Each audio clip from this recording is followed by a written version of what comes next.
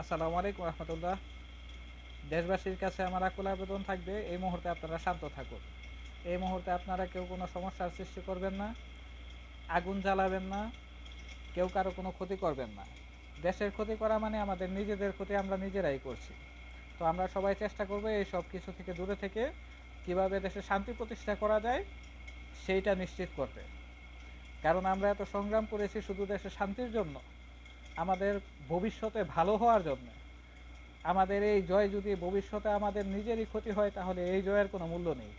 আসুন এই জয় সম্পর্কে আমাদের প্রাণপ্রিয় হুজুর মাওলানা আব্বাসী উনি কি বলেছেন আমরা শুনি। আসসালামু আলাইকুম ওয়া রাহমাতুল্লাহি তাআলা ওয়া বারাকাতুহু। প্রিয় দেশবাসী, আপনাদের আনন্দে, আপনাদের এই বিজয়ের খুশিতে আমিও আনন্দিত। তবে আমি প্রোগ্রামে মালয়েশিয়াতে থাকাতে এখন দেশে থাকা সম্ভব হলো না। আমি আজকে রাতেই চেষ্টা করেছিলাম চলে আসবো, কিন্তু আজকে রাত্রে একটি প্রোগ্রাম ছিল।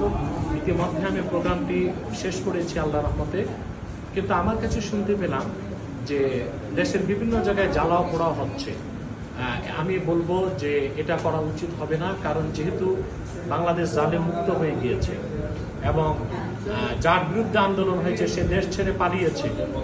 আমাদের এই আনন্দটা যেন নিরানন্দে কেউ পরিণত করতে না পারে সেদিকে আমাদের খেয়াল রাখতে হবে। দেশি বিদেশি বিভিন্ন চক্র বাংলাদেশে কাজ করছে, জ্বালাও পোড়াও অত্যাচারের মাধ্যমে বাংলাদেশে একটি সিভিল ওয়ার বা গৃহযুদ্ধ সৃষ্টি করা যায় কিনা সেই দিকে তারা যেতে পারে। এই সুযোগটি দেওয়া উচিত হবে না।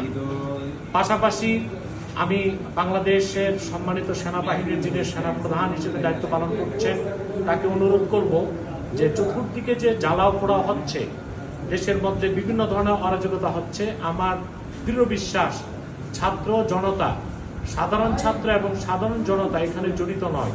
অন্য কোনো কুচক্রী মহল এই কাজটি করছে কিনা ছাত্র এবং সাধারণ জনতার আন্দোলনকে প্রশ্নবিদ্ধ করার জন্য সেদিকটি আপনারা দেখবেন।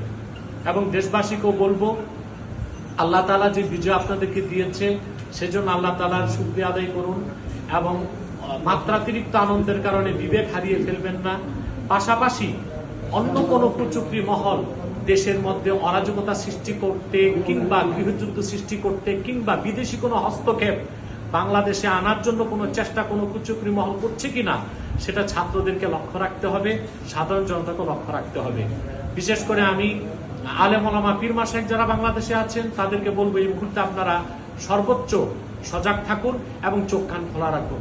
ইনশাআল্লাহ আগামীকাল আপনাদের সঙ্গে আমার দেখা হবে বাংলাদেশে। আসসালামু আলাইকুম ওয়া রাহমাতুল্লাহি তাআলা ওয়া বারাকাতুহু।